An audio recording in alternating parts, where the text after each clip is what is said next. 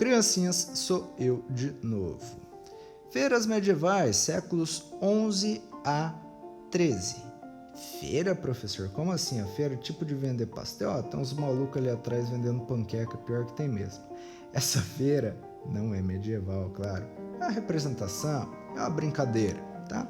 Mas assume algumas das características da feira medieval, que é um monte de gente reunida, cantando, dançando, vendendo coisinhas e fazendo negócios. Isso havia também naquele período. Professor, fala mais que eu estou interessado. Vou falar, fique calmo. Vamos lá.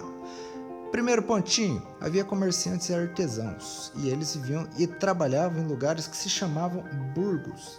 Galerinha, vocês se lembram daquela divisão da sociedade feudal que a gente já conversou 1 trilhão de vezes?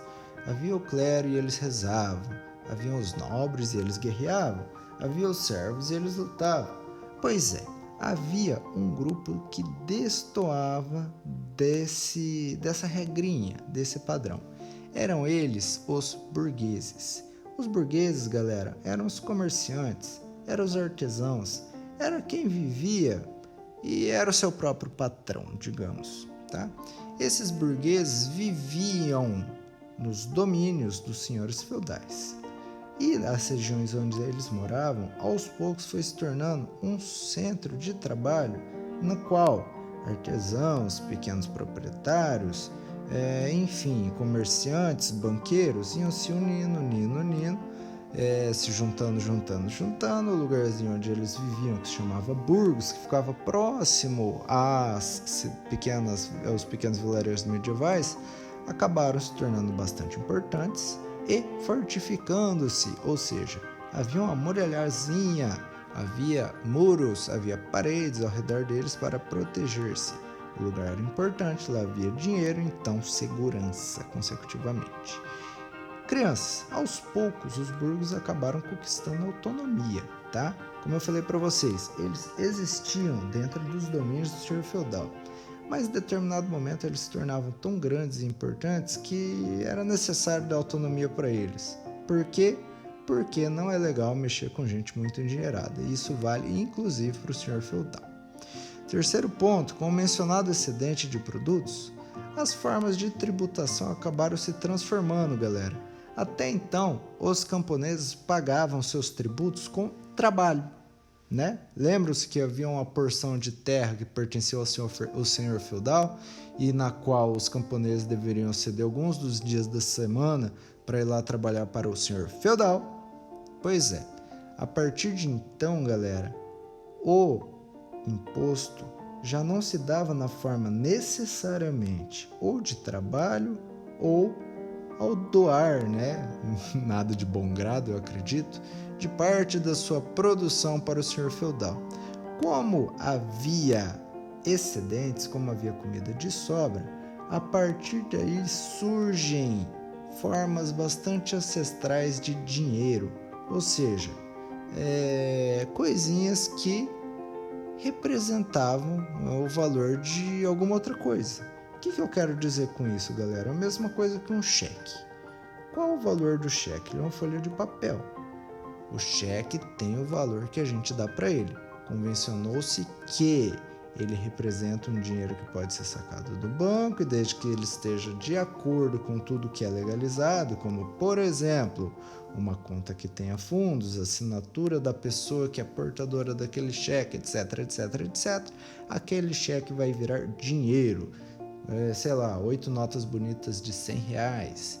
E em determinado momento da história, a gente decidiu que 8 notas bonitas de R$100 podem significar um PlayStation 4 usado. Galera, como assim? Como assim um pedaço de papel vira 8 pedaços de papel e agora vira um videogame? Isso só existe, galera, porque produtos estão à nossa disposição. E a partir do momento em que começou a haver excedentes, começou a haver coisas de sobra, começa a surgir também o dinheiro, que eram ou peças de metais, ou qualquer outra coisa que substituísse o valor das coisas, e esse dinheiro equivalia a determinada parcela daquela excedente de produção. Olha só que legal. Então, galerinha, os servos puderam pagar de forma diferente seus tributos, tá? E a partir daí eles puderam também se especializar em outras atividades, afinal de contas, já não era necessário trabalhar de sol a sol. Agora que a gente tem um moinho hidráulico, agora que a gente tem um cavalinho, um boizinho que vão trabalhar muito melhor porque o arado não tá lá enforcando coitado, e as ferramentas de aragem são de ferro, sobra-me tempo para especializar-me em outras atividades, como a produção artesanal, por exemplo. E é aí que nascem, senhores, as corporações de ofícios. Lembra dos burgos que eu mencionei para os senhores? Pois é, naqueles burgos, associações formadas por mestres e aprendizes surgiram e cresceram, tá?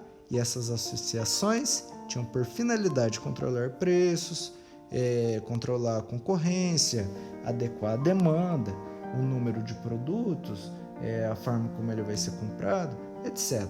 Como vocês podem ver, galerinha, aos poucos o burgo vai se tornando uma espécie de feira, literalmente, um pequeno mercadinho, ou, dependendo da situação, um grande mercadão, onde há pessoas vendendo, pessoas aprendendo a construir produtos, fazer produtos, oferecer serviços e elementos que viriam a se tornar dinheiro, que significam produtos alimentícios que podem ser trocados. Olha só que interessante.